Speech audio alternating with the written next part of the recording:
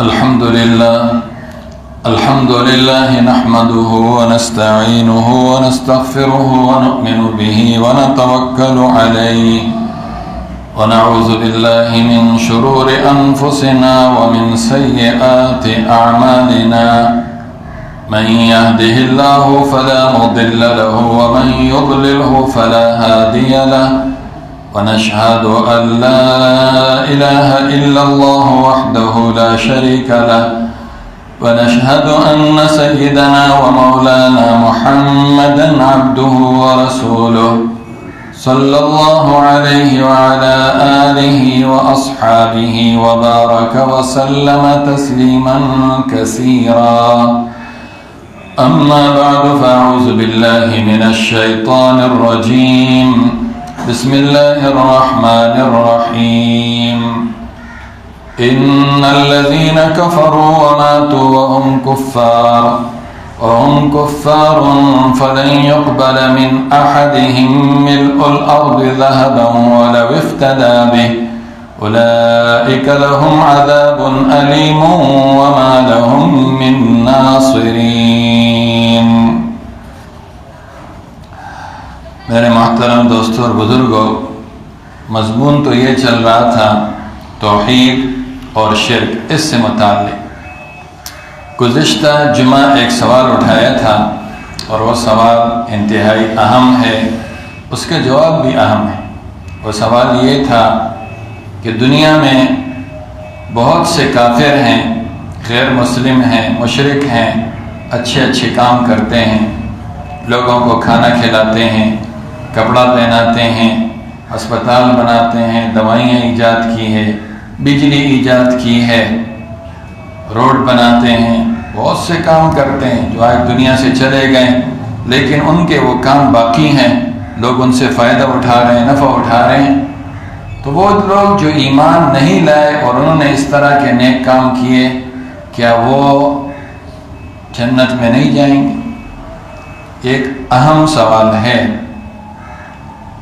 یعنی وہ کافر جو دنیا میں اچھے کام کرتے ہیں، نیکیاں کرتے ہیں، کیا یہ کافر جنت میں نہیں جائیں گے؟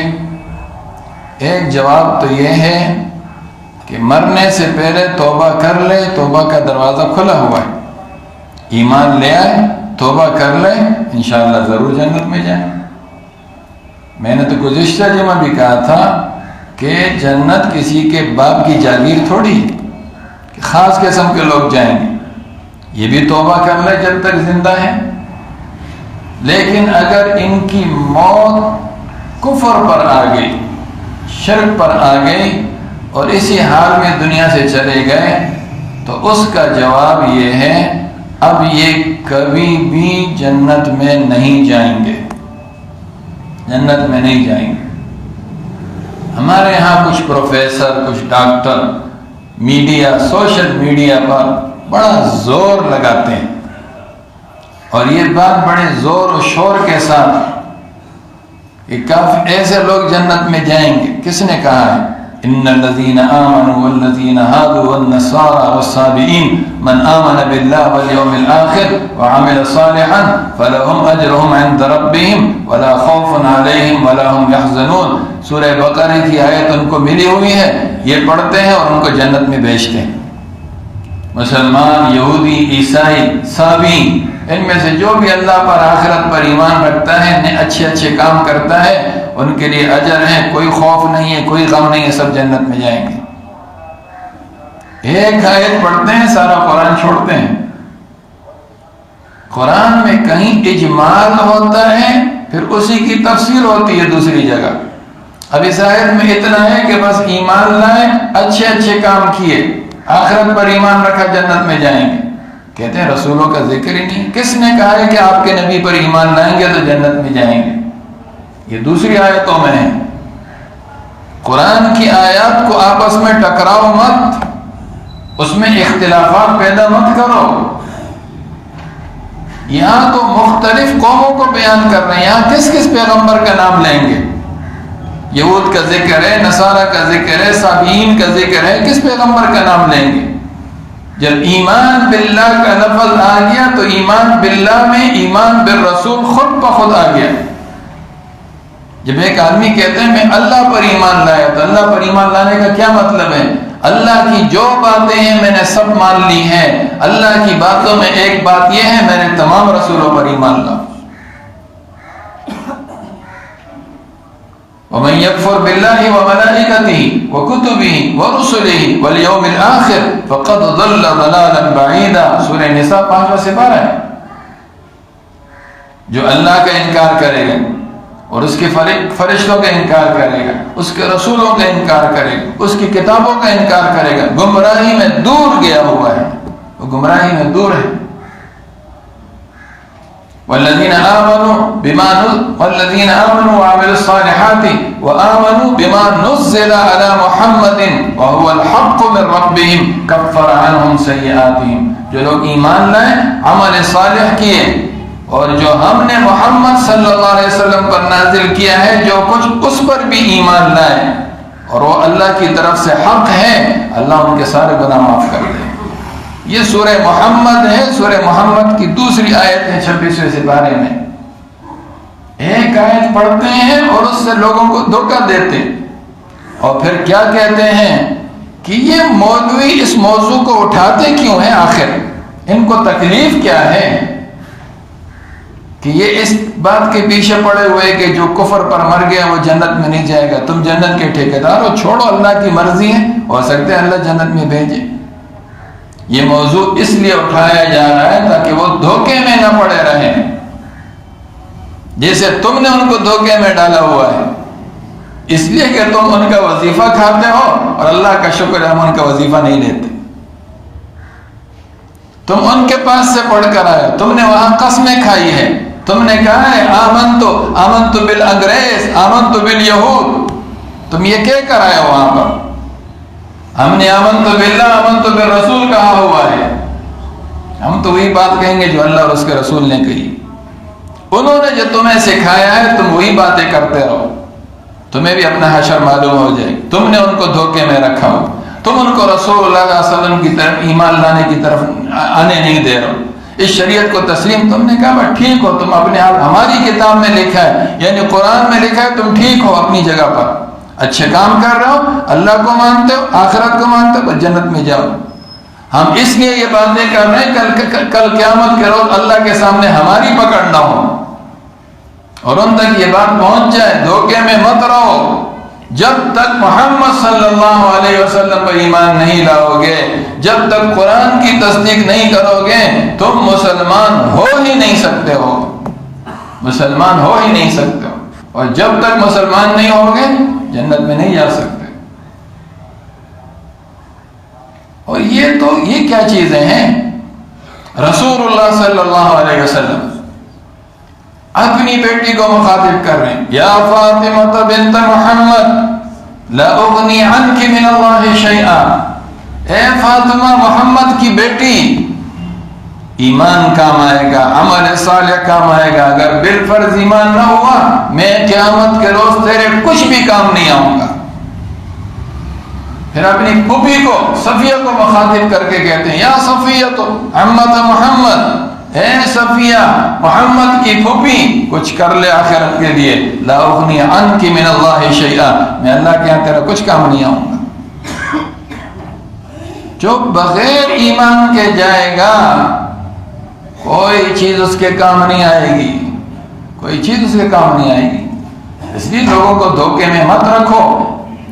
پچھلی کتابوں پر ایمان کے ساتھ ساتھ، گزشتہ انبیاء کرام پر ایمان کے ساتھ ساتھ، جب تک محمد صلی اللہ علیہ وسلم پر دل کی تصدیق اور زبان کے اقرار کے ساتھ ایمان نہیں لائے گا، اس شریعت کو تسلیم نہیں کرے گا، وہ اپنی کتابوں پر عمل کرنے والا ہو، پچھلے سارے پیغمبروں کو ماننے والا ہو، اللہ کا جتنا بھی فرما بردار ہو، وہ کافر ہے، جنت میں نہیں جائے گا اگر کفر پر مر گیا ہے. معیار یہ ہے، ہر چیز کے لیے ایک ضابطہ ہوتا ہے، ایک معیار ہوتا ہے. جنت میں جانے کے لیے ایک ضابطہ ہے، ایک معیار ہے، اس معیار پر جو پورا اترے گا وہ جنت میں جائے گا، اس معیار پر جو پورا نہیں اترے گا وہ جنت میں نہیں جائے گا۔ اللہ نے قرآن کریم میں مثالیں پیش کی ہیں، مثالیں بڑی بڑی مثالیں ہیں، آنکھیں کھل جاتی ہیں۔ ابراہیم علیہ السلام اس کائنات کے سب سے بڑے موحد، جن کی گواہی اللہ نے خود دی، تمام انبیاء کرام موحد تھے، لیکن ابراہیم علیہ السلام کے بارے میں اللہ بار بار کہہ وما کان من المشرکین، وہ مشرک نہیں تھے، نہ وہ یہودی تھے، نہ وہ نصارہ تھے، عیسائی تھے۔ یہ تو خواہ یہود تو جھوٹے ہیں، پرلے درجے کے جھوٹے ہیں، خدا پر بھی جھوٹ بولتے ہیں اور انبیاء کرام پر بھی انہوں نے جھوٹ بولا ہے۔ ابراہیم علیہ السلام کے بارے میں مشہور کر رکھا تھا یہ یہودی، یہ عیسائی۔ اللہ تعالیٰ فرما رہے ہیں کہ ہم نے تورات اور انجیل ابراہیم علیہ السلام کے بہت بعد نازل کی ہے، بہت بعد نازل کی ہے۔ تورات ابراہیم علیہ السلام کے 700 سال بعد نازل ہوئی ہے، انجیل ابراہیم علیہ السلام کے 1700 سال بعد نازل ہوئی ہے۔ جو کتابیں 1700 سال بعد نازل ہوئی ہیں انہوں نے کیسے پہلے عمل کر لیا اس کے اوپر؟ وَمَا أُنزِلَتِ التَّوْرَاةُ وَالْإِنجِيلُ إِلَّا مِن بَعْدِ، وہ تو بعد میں نازل ہوئی۔ أَفَلَا يَعْقِلُونَ، یہ بیوقوفوں کے اندر اتنی عقل نہیں ہے، ہم منہ سے کیا نکال رہے ہیں؟ تھوڑا سا سمجھ کر تو بات کرنا چاہیے۔ جس کو کہہ رہے ہیں کہ یہ مذہب یہود پر تھے، تو یہودی تو ان کو کہتے ہیں کہ جو تورات کو ماننے والے تھے، تورات تو ان کے 700 سال بعد نازل ہوئی۔ جو کہتے ہیں یہ عیسائی ہے، اور عیسائی ان کو بولتے ہیں عیسیٰ علیہ السلام پر جو اپنے زمانے میں ایمان رکھتے تھے، برحق تھے وہ لوگ، جو انجیل پر ایمان رکھتے تھے وہ برحق تھے، لیکن وہ تو ابراہیم علیہ السلام کے 1700 سال بعد وہ کتاب آئی ہے، وہ پیغمبر آئے ہیں، انہوں نے کیسے پہلے سے اس کے اوپر عمل کر دی؟ اللہ کہہ رہے ہیں ان کے اندر اتنی عقل نہیں، اتنی عقل نہیں۔ تو موحد اعظم، اور اللہ نے ان کو اپنا دوست بنایا، لیکن ان کے والد مشرک، کافر، بت پرست، بتوں کا بنانے والا۔ آپ سورہ مریم کو پڑھیں، سورہ مریم میں اپنے والد کو کس اچھے انداز کے ساتھ تمام آداب کو بھی بجا لا رہے ہیں۔ یا ابتی لما تعبد ما لا ينفعك ولا يضرك ولا يغني عنك شيئا، ابا جان آپ ایسی چیزوں کی عبادت کیوں کرتے ہیں جو آپ کو کوئی فائدہ بھی نہیں پہنچا سکتے، کوئی نقصان بھی نہیں پہنچا سکتے، آپ کے کسی کام آنے والی چیز نہیں ہے، آپ ان کی عبادت کیوں کرتے ہیں؟ یا ابت لا تعبد الشیطان، ابا جان شیطان کی عبادت مت کرو۔ دراصل بتوں کی عبادت یہ شیطان ہی کی تو عبادت ہے، اس سے شیطان خوش ہوتا ہے۔ ان الشیطان کان للرحمن عصیا، شیطان خدا رحمان کا نافرمان ہے، ایسا نہ وہ آپ کو اپنا دوست بنا لے اور آپ کو بھی راستے سے بھٹکا دے۔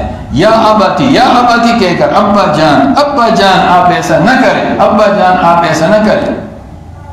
لیکن والد غصہ ہوا، راغب انت عن آلہتی یا ابراہیم، تو میرے ان بتوں کو برا بلا کہہ رہے ہیں، ان سے اعراض کر رہے ہیں۔ لئن لم تنتہی، اگر باز نہیں آیا، لارجمنک، میں تجھے پتھر ماروں گا، پتھروں کی بارش تیرے اوپر کر دوں گا۔ وَاہْجُرْنِی مَلِیًّا، جا مجھ سے کہیں دور چلا جائے، میں تجھے دیکھنا ہی نہیں چاہتا ہوں۔ قال سلام سأستغفر لك ربی، اچھا یہ الوداعی سلام ہے، میں جا رہا ہوں، لیکن اللہ سے آپ کے لیے دعائیں کروں گا، اللہ سے آپ کے لیے دعائیں کروں گا۔ لیکن ابراہیم جیسے موحد جد الانبیاء، جن کی اولادوں میں اللہ نے ہزاروں پیغمبر پیدا کیے، ان کا والد جب کفر پر اور شرک پر مرا تو صاف قرآن کریم میں ہے کہ وہ جہنمیوں میں سے۔ معیار ہے، اس معیار پر پورا نہیں اترا۔ اب یہ کہنا کہ موحد اعظم کے والد تھے، کوئی تو گنجائش نکل آئے گی؟ کوئی گنجائش نہیں، کوئی گنجائش نہیں۔ ابراہیم علیہ السلام کو جب پتہ چلا تب فلما تبین انہ عدو للہ تبرأ منہ، یہ اللہ کا دشمن ہے، بیزاری کا اعلان کر دیا۔ اور صحیح بخاری میں امام بخاری نے 2 جگہ باب قائم کیا ہے. ایک کتاب الانبیاء کے اندر باب قول اللہ عز وجل واتخذ اللہ ابراہیم خلیلا، اور ایک کتاب التفسیر کے اندر باب قولہ تعالی ولا تخزنی یوم یبعثون. 2 جگہ حدیثیں لائیں. پہلی ذرا تفصیلی ہے کہ قیامت کے دن جب لوگوں کو اٹھایا جائے گا اور ابراہیم علیہ السلام اپنے والد کو دیکھیں گے تو ان کا چہرہ کالا سیاہ غبارہ قطرہ سیاہی اس کے اوپر چھائی ہوگی. تو ابراہیم علیہ السلام کہیں گے اللہ ولا تخزنی یوم یبعثون، مجھے اس دن رسوا، یہ انہوں نے دنیا میں بھی کہا اے اللہ مجھے اس دن رسوا نہیں کرنا جس دن آپ لوگوں کو قبروں سے اٹھائیں گے. یہ میرے لیے رسوائی کی بات ہوگی کہ دیکھو بیٹا پیغمبر اور باپ کافر ہے اور میرا باپ میرے سامنے جہنم میں جا رہا ہوگا، یہ تو میری رسوائی ہو. اس دن بھی کہیں گے اللہ آپ مجھے رسوا نہ فرمائیے. تو اللہ تعالیٰ ابراہیم علیہ السلام سے پہلے تو یہ کہیں گے انی حرمت الجنت علی الکافرین، میں نے جنت کو کافروں پر حرام کر دیا ہے. یہ بخاری شریف کے الفاظ ہیں. انی حرمت الجنت علی الکافرین، میں نے جنت کو کافروں پر حرام کر دیا ہے.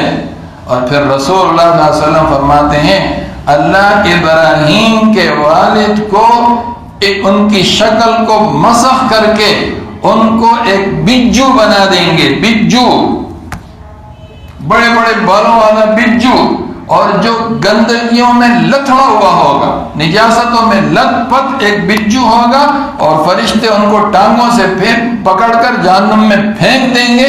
کسی کو پتہ بھی نہیں چلے گا کہ ابراہیم کے والد جہنم میں چلے گئے، تاکہ رسوائی بھی نہ ہو، لیکن جائیں گے جہنم. یہ پکی حدیث ہے. امام بخاری رحمہ اللہ لے کر آئیں. ایک ضابطہ ہے، اس ضابطے پر جو پورا اترے گا وہ جنت میں جائے گا. اور وہ ضابطہ کیا ہے؟ جتنی ایمانیات ہے ان تمام ایمانیات کو قبول کرو اور عمل صالح کرو. اعمال صالحہ کی کمزوری کوتاہی چل جائے گی، عقائد کی کمی کوتاہی نہیں چلے گی قیامت کے روز. یہ ایک مثال.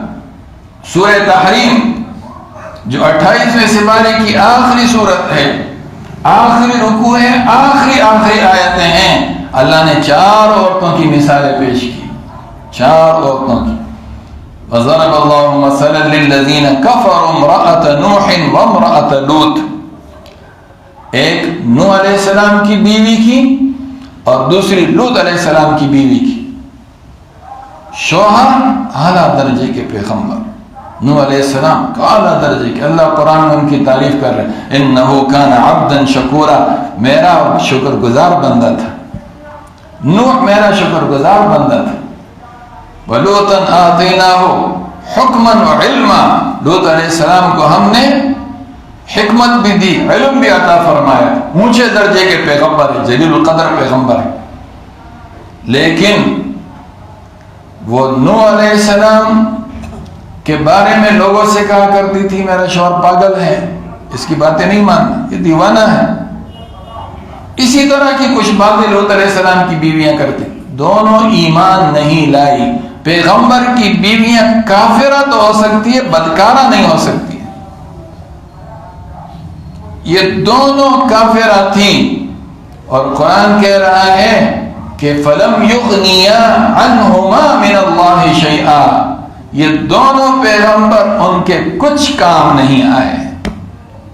نہ نوح علیہ السلام اپنی بیوی کے اور نہ لوط علیہ السلام اپنی بیوی کے. وَقِيلَ ادْخُلَا النَّارَ مَعَ الدَّاخِلِينَ، اور ان سے کہا گیا جس طرح اور کافر دوزخ میں داخل ہوں گے اسی طرح تم دونوں بھی دوزخ میں جاؤ، تم دونوں بھی دوزخ میں جاؤ. پیغمبر کی زوجیت میں ہے لیکن معیار ضابطے پر پوری نہیں ہوتی ہے، دوزخ میں جائیں. اللہ کے فیصلے ہیں. یہ ہمیں پٹیاں پڑھاتے ہیں، تم کون ہوتے فیصلے سنانے والے؟ ہو سکتا ہے اللہ مہربانی فرما لے، اللہ مہربانی نہیں کرے گا. اللہ نے اپنا فیصلہ سنا دیا ہے، ہم آپ کے سامنے اللہ کا فیصلہ سنا رہے ہیں. اللہ نے اس بارے میں کہہ دیا ہے میں نے اپنے اوپر ایک چیز حرام کر دی، انہو من یشرک باللہ فقد حرم اللہ علیہ الجنہ، جو شرک کرے گا اسی پر مرے گا اس پر جنت حرام ہے۔ یہ اللہ کے فیصلے ہیں، اللہ نے اپنی رضا بھی بیان کر دی، اپنی ناراضگی بھی بیان کر دی۔ ہم باقی گناہگاروں کے بارے میں تو کہہ سکتے ہیں کہ مسلمان تھا، چور تھا، ڈاکو تھا، زانی تھا، سود خور تھا، اللہ جانے یہ جانے، چھوڑو اس کے معاملے، ہو سکتا ہے اللہ اس کو بخش دے۔ وہاں تو جس کے اندر ایمان کا ذرہ بھی ہوگا اللہ اس کو بھی بخشیں گے۔ ایمان اتنی قیمتی چیز ہے کہ اس کا ذرہ بھی قیمتی ہے، ہو سکتا ہے اللہ اس کو بخش دے، اس لیے کہ تو اللہ نے اس کو اپنی مشیت پر رکھا ہے۔ وَيَغْفِرُ مَا دُونَ ذَلِكَ لِمَن يَشَاءُ، کفر اور شرک کے علاوہ جس کو چاہوں گا بخش دوں گا۔ وہ کس کو چاہیں گے وہ اللہ ہی بہتر جانتا ہے، ہمیں پتہ نہیں ہے۔ ہو سکتا ہے گناہگار مر گیا، اس کے بارے میں اللہ چاہے اور اس کو بخش دے، ہو سکتا ہے اس کو عذاب دے، ہم ان چیزوں میں باتیں نہیں کرتے، لیکن جو اٹل فیصلے ہیں وہ یہی ہیں۔ دو عورتوں کی مثالیں دیں، تیسری عورت فرعون کی بیوی، امرأۃ فرعون، اتنا بڑا کافر کہ اس کائنات میں کسی نے خدائی کا دعویٰ نہیں کیا، اس نے کہا انا ربکم الاعلی، میں تمہارا رب۔ موسیٰ علیہ السلام نے کہا کہ رب العالمین کو مانو، اتنا بے غیرت ڈٹائی کے ساتھ کہتا ہے وما رب العالمین، یہ رب العالمین کیا چیز ہے؟ یہ رب العالمین ہوتا کیا ہے؟ ما علمت لکم من الہ غیری، میں اپنے علاوہ کسی کو معبود پاتا ہی نہیں ہوں، تو یہ رب العالمین کیا چیز ہے؟ اور پھر اپنے اس حامان سے کہتا ہے سیڑھی لگا کر دیکھو، زمین میں تو میرے سوا کوئی خدا نہیں ہے، ذرا آسمانوں میں جھانک کر دیکھو وہاں کوئی نظر آتا ہے کہ نہیں آتا۔ اس طرح کے دعوے کرنے والے، جب وہ مقابلہ ہوا موسیٰ کا اور علیہ السلام کا اور ان جادوگروں کا، اور وہ جادوگر ناکام ہو گئے، وہ ایمان لے آئے، فرعون کی بیوی بھی ایمان لے آئی۔ اللہ نے مثال دی ہے، مثال ضابطے پر اتری ہے، پورے ضابطے پر اتری۔ اور فرعون کی محبوبہ بیوی تھی، محبوبہ، اتنا اس کو چاہتا تھا جس کی کوئی حد نہیں، بہت سمجھایا، وہ کہنے لگی میں ماننے والی نہیں، میں موسیٰ علیہ السلام پر ایمان لائی ہوں، اپنے رب پر ایمان لائی ہوں، اللہ کے احکامات پر عمل کروں گی۔ چنانچہ فرعون نے اس کو چمیخا کر دیا، اور چمیخا کا مطلب اس کو سیدھا لٹا کر دونوں پاؤں کے اندر موٹے موٹے کیلیں اس کو ٹھوکی تاکہ پاؤں نہ ہلا سکے، اور دونوں ہاتھ لمبے کر کے اس میں کیلیں ٹھوک دی، لمبا لٹایا اور ایک آدمیوں کو اوپر چڑھایا، ایک بہت بڑی چٹان اس کے سینے پر پھینکو، اس کے سینے پر۔ جب اس نے یہ منظر دیکھا تو قرآن کریم کے الفاظ آج بھی قرآن میں ہے، قیامت تک اور ہمیشہ رہیں گے۔ رب ابن لی عندک بیتا فی الجنہ، اے اللہ اپنے پاس جنت میں مجھے گھر عطا فرما دے، اس فرعون سے مجھے نجات عطا فرما دے، مجھے اس سے نجات عطا فرما دے۔ جب وہ پتھر پھینک رہے تھے اللہ اس کی روح کو پہلے ہی لے جا کر جنت میں داخل کر دیا۔ دیکھو فرعون کی بیوی ہے، اس کائنات کے سب سے بڑے کافر کے گھر میں ہے، معیار پر پوری ہوتی ہے، جنت میں جائے۔ چوتھی عورت مریم علیہ السلام کی، کسی کی بیوی نہیں ہے، لیکن اپنی عزت آبرو کی حفاظت کی۔ وصدقت بکلمات ربہا، اللہ نے جو آسمان سے باتیں نازل کی ان باتوں کی تصدیق کرنے والی تھی، فرما بردار تھی، وہ بھی جنت میں جائے گی۔ یہ مثالیں اللہ بیان کر رہے ہیں، یہاں معیار چلے گا، ضابطہ چلے گا، رشتہ داریاں نہیں چلیں گی، نمائشی نیکیاں نہیں چلیں گی۔ کافر کی نیکیاں تو نمائشی نیکیاں ہیں، کافر کے اعمال خیر نمائشی اعمال خیر ہیں، اس کے پیچھے یہ نیت نہیں ہوتی کہ اللہ راضی ہو جائے، اس کے پیچھے یہ نیت نہیں ہوتی کہ میری قبر اچھی ہو جائے، اس کے پیچھے یہ نیت نہیں ہوتی کہ میں جنت میں چلا جاؤں، اس کے پیچھے یہ نیت ہوتی ہے کہ لوگ ہمیں اچھا کہیں، اور کبھی یہ نیت بھی نہیں ہوتی، چھپ کر کرتے ہیں، کہتے ہیں ایسا کرنے سے ہمیں سکون قلب ملتا ہے، ایسا کرنے سے ہمیں ایک اطمینان ملتا ہے۔ یہ تو سب آپ نے اپنے لیے کیا ہے، اللہ کے لیے کیا کیا ہے؟ جب اللہ کے لیے نہیں کیا ہے، جو کام اللہ کے لیے نہیں ہوگا، اللہ قیامت کے روز کہیں گے جس کے لیے کیا تھا اس سے جا کر مانگو، میرے پاس کیا مانگ آتے ہو؟ ایسا کام تو اگر مسلمان بھی کرے گا، بڑے بڑے کام، حدیث میں آتے ہیں 3 بڑے بڑے کام والے، شہید اور قرآن کا بڑا قاری اور بڑا سخی، جب ان سے پوچھا جائے گا کہیں گے اللہ تیرے لیے کیا ہے، اللہ فرمائیں گے جھوٹ بولتا ہے، اس لیے کیا تھا اس لیے تو شہید ہوا تاکہ لوگ کہیں بڑا بہادر ہے، بڑا شجاع ہے، واہ واہ ہو جائے۔ لوگوں نے واہ واہ کر لیے، میرے پاس کیا مانگنے آیا ہے؟ قاری سے کہیں، قاری کہیں گے میں تو اچھا قرآن پڑھتا تھا، یہ کرتا تھا، وہ کرتا۔ اللہ تعالیٰ فرمائیں گے اس لیے اچھا پڑھتا تھا تاکہ تیری شہرت ہو، وہ ہو گئی، مجھ سے کیا مانگتا؟ سخی کہے گا تیرے پاس میں نے مال تیرے راستے میں خرچ کیا، اللہ فرمائیں گے اس لیے خرچ کیا تاکہ لوگ کہیں کہ بڑا مالدار ہے، بڑا سخی ہے۔ وقت قیل، لوگوں نے کہہ دیا ہے ہمارے پاس کچھ بھی نہیں ہے تمہارے لیے۔ کافر کی نیکیوں کی تو مثال میں نے بیان کی، وہ تو سراب ہے، سراب، اس کی نمائشی نیکیاں سراب ہے، چمکتی ریت ہے۔ جیسا پیاسا دور سے ریت کو دیکھتا ہے چمک رہا ہے، وہ سمجھتا ہے شاید پانی کا جوش مارتا ہوا تالاب ہے، ایک پانی کا تالاب ہے جو موجیں مار رہا ہے، جب آگے جاتا ہے کچھ بھی نہیں ہوتا ہے، وہ تو مٹی ہوتی ہے۔ کافر کے اعمال قیامت کے دن مٹی ہوں گے، فَجَعَلْنَاهُ هَبَاءً مَنْثُورًا، سب ہوا میں اڑا دیے جائیں، کچھ بھی نہیں ہوگا۔ ضابطہ چاہیے، معیار چاہیے، جو اس ضابطے پر پورا اترے گا، اس معیار پر پورا اترے گا، وہ جنت میں جائے گا۔ نوح علیہ السلام کے بیٹے کو دیکھو، اس معیار پر پورا نہیں اترا۔ نوح علیہ السلام کہہ بھی رہے، کشتی میں سوار ہونے کے بعد بھی کہہ رہے یا بنی ارکب معنا، بیٹا ہمارے ساتھ سوار ہو جا، ولا تکن مع الکافرین، کافروں کے ساتھ مت ہو۔ لیکن وہ کہنے لگے میں پہاڑ پر چڑھ جاؤں گا، یہ ہو جائے گا، وہ ہو جائے گا، یہ باتیں ہو رہی تھیں، بس بیچ میں موج آئی، باتیں کٹ گئی، کافروں میں سے ہو گیا، اللہ نے اس کو غرق کر دی۔ یہ ایک ایک کر کے مثال، وہاں باپ کی مثال دی، یہاں بیٹے کی مثال دی، وہاں بیوی کی مثال دی، رسول اللہ صلی اللہ علیہ وسلم کی خدمت، آپ خدمت کی بات کر رہے ہو نا، کہ مخلوق کی خدمت کی ہے۔ مخلوق میں، اس کائنات میں اللہ کے بعد اگر کوئی بڑا ہے وہ رسول اللہ صلی اللہ علیہ وسلم ہے۔ ابو طالب نے رسول اللہ صلی اللہ علیہ وسلم کی کیسی خدمت کی، 40-50 سال۔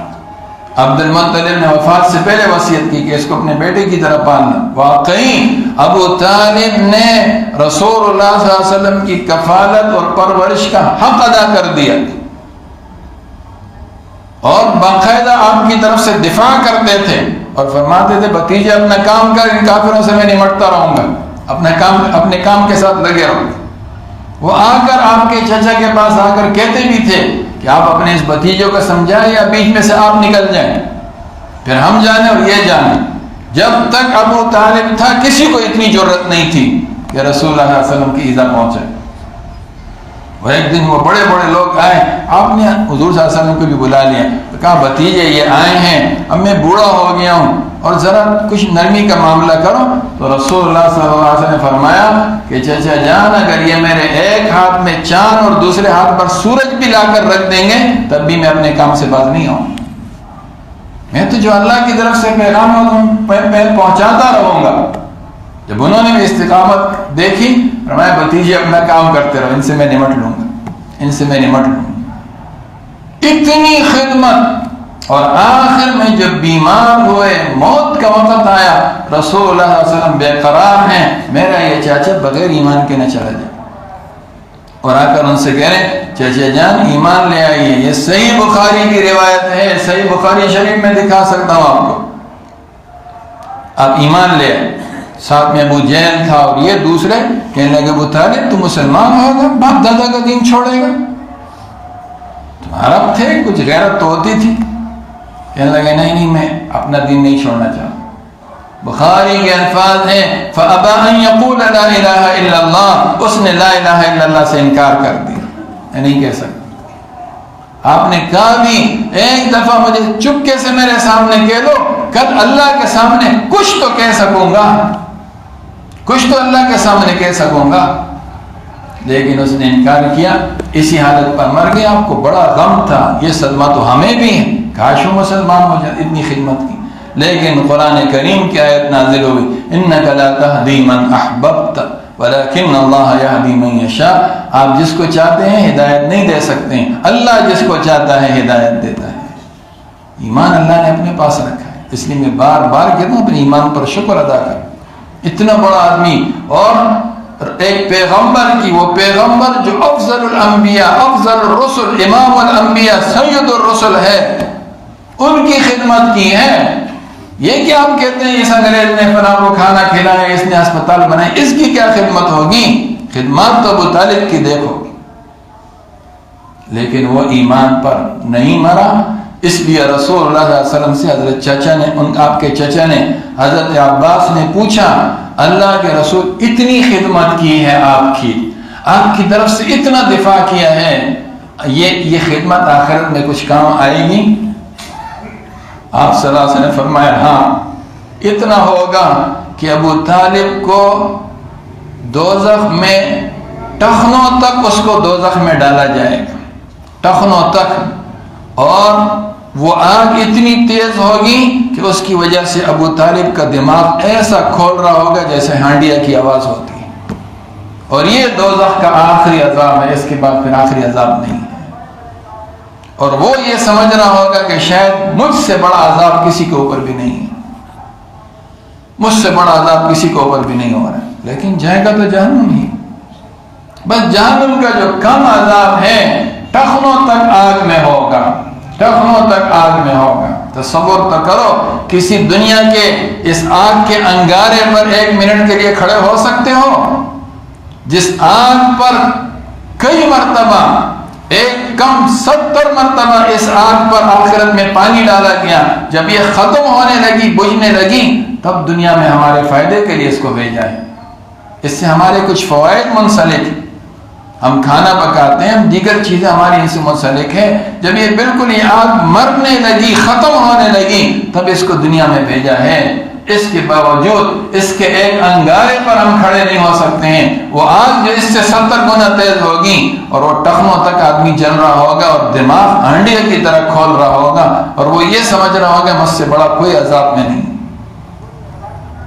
رشتہ داریاں نہیں چلیں گی، معیار ہے، ضابطہ ہے، جو ضابطے پر پورا اترے گا اس کی پھر یہ خدمات بھی قبول ہوں گی، یہ سب کچھ قبول ہوگا۔ حضرت صدیق اکبر کے خاندان کا ایک آدمی تھا، ابن جدعان، عبداللہ بن جدعان۔ حضرت عائشہ کے چونکہ سلسلہ نسب ایک تھا، ایک دن رسول اللہ صلی اللہ علیہ وسلم سے پوچھے، امام مسلم نے اس کے اوپر جو باب قائم کیا، وہ باب بھی یہ ہے کہ اس بات کی دلیل کہ قیامت کے دن کافر کو اس کا عمل نفع نہیں پہنچائے گا، لا ينفعه عمل، اس کا عمل اس کا نفع نہیں پہنچائے گا۔ اس کے تحت امام مسلم وہ حدیث لے کر ہے۔ عائشہ نے پوچھا، ابن جدعان یا رسول اللہ، ابن جدعان کان فی الجاہلیہ یصل الرحم ویطعم المسکین، صلہ رحمی کرتا تھا، کھانا کھلاتا تھا۔ میں کیا بتاؤں اس آدمی کا دسترخوان کیسا تھا، کس قدر وہ کھانا پکاتا تھا، کس قدر وہ لوگوں کی خدمت کرتا تھا۔ اینفعہ، اللہ کے رسول یہ عمل اس کو نفع دے گا؟